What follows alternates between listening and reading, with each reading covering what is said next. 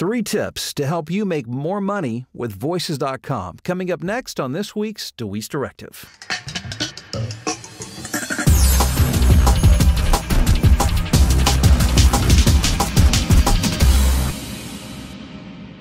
My special guest today is Jennifer Smith, Talent Services Manager from Voices.com. Hey, Jennifer, good morning. Hi, Bill. Thanks so much for having me. How are you today? I'm good. I'm looking out my window right now, even as I sit in my studio. We got about 1.5 feet of snow yesterday. It was a bit of a snowstorm here in the Chicago area. So probably not a lot better where you're at in Canada, I would imagine. I definitely know the feeling. We're definitely I'm sure you do. used to snow up here in Canada.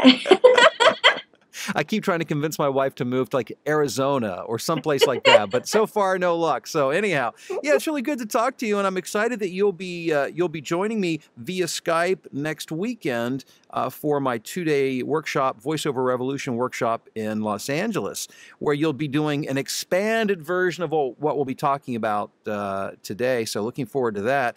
But today I'm very excited because I have to say, one of my New Year's resolutions was this. Okay. Was that I would do a better job and that I would be a more faithful user of the Voices.com platform. Because as you know, I have a pretty broad-based approach in my marketing, but I knew that I was leaving a lot of money on the table when it came to, my work with Voices.com. And I just, before calling you, wrapped up a fairly sizable job through a client that I just got through Voices.com. Oh, that's awesome. And I've got another one scheduled for later this week, and I just completed, I think, 2 jobs through Voices.com on Friday. So anyhow, yeah, I've been really, focusing my efforts to make sure that I'm taking advantage of the opportunities. And it's amazing that when you really do the things that you're supposed to do and that we're going to talk about today, it really does result in real paying jobs and, can be significant money. So anyhow, all that aside, Jennifer, refresh my memory and educate those listening on how we can make more money with Voices.com. Yeah, of course. Well, I'd be happy to explain. Obviously we have a lot of talent on Voices.com, and there are definitely things that some people are doing a little bit differently that can make the difference between whether or not they're booking or they're not. So I think my first tip would be to audition smart. So most people they only have so many hours in the day. They've got maybe an hour a day allotted to their Voices.com auditions, for example.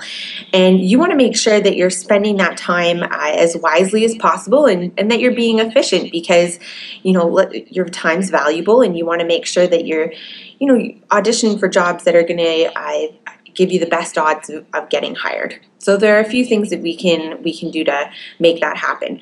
So the first thing that I would suggest is that you audition for jobs that have recently been posted. So you'll see that there's going to be an expiry date on every job. So what I would suggest is rather than looking at jobs that are about to expire, take a look at the jobs that were recently posted on the site instead. Those ones will definitely be a good opportunity for you because every client's a little bit different, and some of them are going in and checking and listening to the auditions an hour or so, maybe even sooner after they post the job.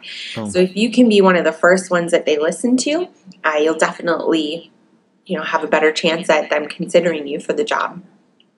The other thing is that you want to pay close attention to how well matched you are to the job. Voices.com has a system called Voice Match, and we match up your profile to all of the job postings. You'll see it'll say that you're 90, 95, or 100% matched to a job. And what you want to do is audition for the ones with the highest voice match score because when a client reviews their auditions, they're actually listed for them by default in order of the voice match score instead of being in the order that they came in. Oh, interesting. I did not know that. Okay, there's something new I learned today. Okay, that's good. So yeah, if you are getting to an audition the day after it's been posted or, several hours after it's been posted, but you've got 100% for your voice match score, it's still going to be worth it for you to audition because you're going to get put up right to the top of that client's list. Oh, okay. That's okay. That is a new revelation for me because here's what I've been looking at, and you can tell me whether this is good or bad. But okay. I've been watching for if I'm not within one of the first 20 or 25 to audition, I just don't even bother. Well, I think that your qualifying numbers are maybe a little bit on the low side. Okay. I would definitely say that most clients are used to listening to upwards of 100 plus auditions because they're usually only listening to about 5 or 10 seconds. So if you see an audition that's got 50 to 100 people that have auditioned already, but you've got a high voice match score for it, I would still go for it because It still your moves audition you. will get put up to the top of their list. It makes Okay. sense because then we're showing the clients the people that are probably more qualified or more interested before others. Very interesting. Okay, though. That's a great revelation. Thank you. Yeah. Oh, good. Well, I'm glad that I could help. Another thing that I would look at is, just the description of the job. I mean, is this something that you're well qualified for? Do you have the right accent for this job?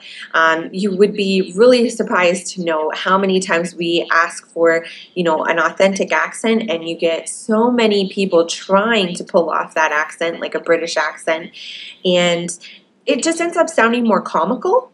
When most of the time they're looking more for an authentic accent, they're not looking for a joke. Hmm. So it's And they can get authentic accents. I mean, that's yeah, exactly. There's so many for them to choose from. yeah. So I would skip that one and spend your time on another audition because Okay. most of the time you're going to have maybe 30 to 40 auditions to choose from in a day sometimes. So you got to try and narrow it down pretty quickly. The other thing would be age range as well. So, if you think that, you can pull off a senior or a children's voice, just be careful and make sure that you're able to do that authentically as well. And then the last thing I would consider would be the budget range. So someone like yourself, Bill, you've been in the business for a long time. You've got, a certain standard as far as your pricing goes, and you probably don't look at jobs under a certain price. Right. But what I would say is that definitely make sure not to go and audition for one of those jobs that says, between 250 to 500 and quote $1,000 because you're trying to maybe say prove a point to the client. I would definitely just say to move on from that audition and go to the next one. So stick within the range that they post. Exactly. Okay. Okay. So I can no longer say ask for $1,000 for $100 job. Darn. Maybe not. Really hasn't been one of my big strategies. So okay, I think I'm good there. Great. All right. So my next tip is not to slate your auditions. So definitely, it's not needed when it comes to voices.com. So you're looking at all of those job postings. The client's doing the same thing when they're looking at your auditions in a list. They're seeing your name, a play button, and your proposal and your quote. It's all nice and neat there for them. They know exactly who you are. They're not going to lose your audition and misplace it, anything like that. It's definitely very straightforward in that sense. So there's really no need to slate your auditions, and sometimes it can actually hurt you. So a couple of examples I have would be really long slates. So for example, there'll be people that will say, "Hi, my name's Jennifer. This is job number 55555. Here it goes." And they literally are taking that long to do their slate. And the problem is think about it this way. When a client's going through rapid fire through all the auditions and they're listening to 5 or 10 seconds and they've got to listen an extra 10 seconds for yours, it might not happen. So definitely don't kind of bury your audition too far after your slate. I would just suggest not slating at all. And if you're going to, maybe just your name would be fine. The other thing too is not to address the job poster. So say the person posting the job's name is Grant. You wouldn't want to say, "Hi Grant, here's my audition." Because what happens a lot of times that people don't realize is that this audition's being passed along to several different people. And so by the time it gets to the person that it's actually for, that person's name's not Grant. And that just sounds it just seems confusing and it's kind of off-putting. That makes sense. And can I ask one quick question going back to what you're talking about slating? Would it make sense if, let's say I'm going to do 2 reads? Yeah. To say this is the first of 2. Just say this is number 1 of 2 reads. Yes, I would so that they know that it's there's a second one there. Of course, I would always do that because it's like I said, they probably are only going to listen to 5 or 10 seconds. So if they don't know a second read is there, then they might not even get to it. So for sure, I would definitely do that as long as you just keep it really short and quick. Yeah. Okay. That's good to know. Okay. So my last tip would be to follow instructions. So, of course, there's, the client's going to hire you based on your read. But I think what happens a lot of times is that a client goes through all these auditions and they go, okay, let's get rid of these ones because there's bad sound quality. We're getting rid of these ones because, they didn't follow instructions. They're getting rid of all of these auditions and narrowing it down. And what they're left with usually is say 30 to 40 auditions that all sound very similar. And so then they're going through and they're picking which one they like. And it's really easy for them to go, okay, I'm not going to pick this guy because he didn't follow directions. Mm. And so you kind of get taken off of the list pretty quickly for things like, for example, if the client says, I'm wanting to work with somebody that can do a foam patch with me this afternoon, and then you don't answer that question in your proposal to them, even if they really like your audition, they probably really liked a couple other ones and don't have the time to ask you that question a second time. So they're going to cut you out and move on to the next person. Other questions could be like, say they're posting a job for an English voiceover, but they want to hire that same person to do their Spanish voiceover. And so they're asking, okay, are you bilingual? Are you going to be able to do the other half of this project, in a month or next week?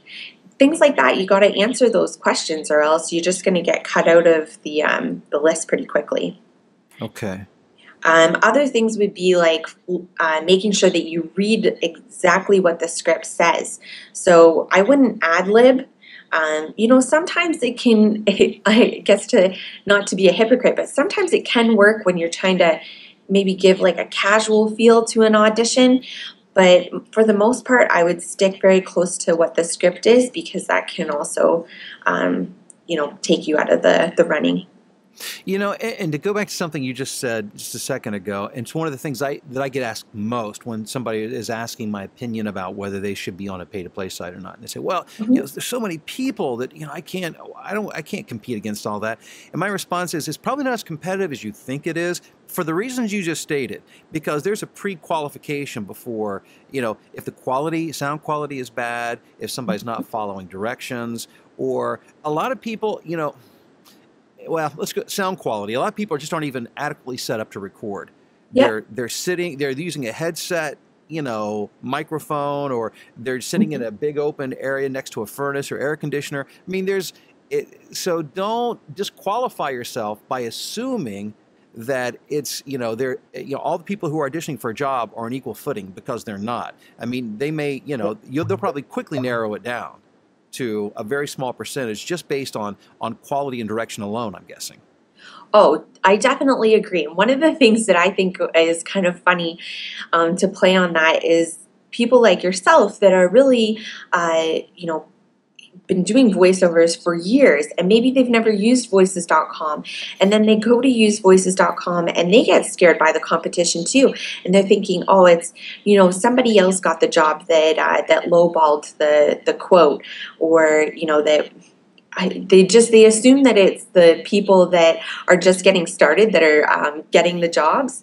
And it's kind of funny, because I think, really, like, you've probably done a really good read. When they listen to yours and compare it to somebody that's just starting, that's what's going to make you stand apart from everybody else. I don't think that they should be intimidated. Yes, and let me throw my 2 cents worth just to validate what you said from my own experience as somebody who uses voices.com on a daily basis. And that the assumption that people base what they do on price or solely on price is really off base. That's so far off base. The idea that because somebody else can come in with a low ball offer, they're going to get the job. No. As a matter of fact, almost all when I'm bidding on a job, I'm always at the high end. Well, this is the thing, is that there's an association between quality and price, right? Yes. And you're at a point in your career where if you lowballed something, it would just seem weird. It would be contradictory. Like, it makes sense that you're going to be worth a higher dollar amount. And honestly, when we've done, reports, we always notice that it's the people that are quoting around the middle to just above the middle of the budget range that are winning the jobs. Sometimes if you're quoting too low, it just makes you end up looking desperate. Yeah, yeah. And so yeah, the assumption that well, low ballers are killing it for everybody else is erroneous. That's bad thinking because that's just Yeah. not. If from my experience and what you're saying, that's not the way it is at all. So Hmm. don't let that keep you from getting involved. So Hmm. did we cover all three things? We covered all three things. Oh, okay, that's really good stuff, and I learned something. See, and I've been with Voices.com for gosh, I mean, probably 6, 7 years now, maybe longer.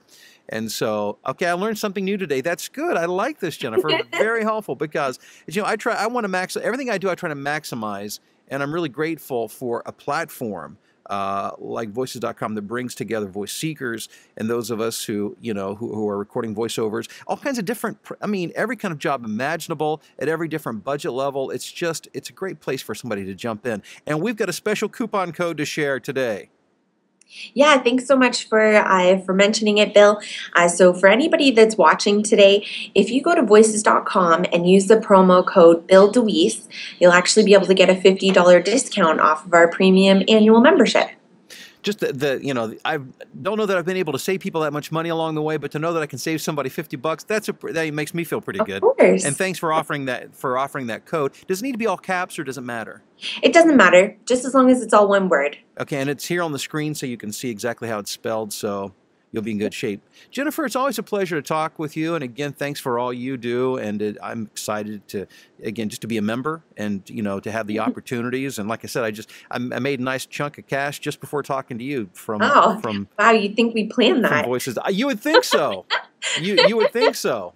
But looking forward to talking to you from Los Angeles next week as well. So, and I encourage people who haven't checked it out yet, you can still get registered for the event at voiceoverrevolutionevent.com. Jennifer from Voices.com, great talking to you, and we'll talk to you again soon. Wonderful. Thanks for having me, Bill.